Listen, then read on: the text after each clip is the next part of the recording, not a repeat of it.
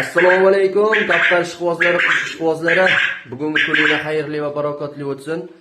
Bugun yakshanba kunidan foydalanamiz. Biz kaptarxonada dam olamiz. Kaptarxonani uborka qilamiz. Ko'rishingiz mumkin holat chatoq. Kimdirlar aytishi mumkin, kaptarxonani bir marta tozalab qo'ysa bo'ldi deyishi mumkin. Yo'q. Men kaptarxonani har hafta tozalayman. Bir haftada bir marta tozalov qilaman. Sababi kaptar axlatidan har xil bakteriyalar rivojlanishi mumkin. Bu bir. Ikkinchidan, axlati quriydi. Quriganda chang bo'ladi. Changni keyin kaptarlar nafas orqali yutadi. Keyin nafas yo'li kasalliklari kelib chiqishi mumkin. Qanot og'rig'i, oyoq og'rig'i shu axlatdan ham kelib chiqadi. Chunki bakteriya bo'ladi, doni to'kiladi, boshqa vitaminlar to'kiladi, uni qaytadan iste'mol qilib qo'yishi mumkin. Shuning uchun kaptarxona toza turgani ma'qulroq.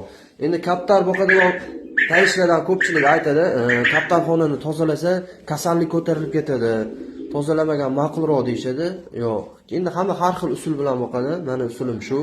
Kaptarxonani har hafta tozalayman. Shu kaptar tanishinglar bo'lsa, tanishinglarga jo'natib qo'yinglar. O'z fikringizni kommentariyada qoldiringlar. Tozalagan yaxshimi, tozalamagan yaxshimi? Necha yildir tajribali kaptar boqadiganlar bo'lsa, o'z fikringizni qoldirishingizni iltimos qilib qolamiz.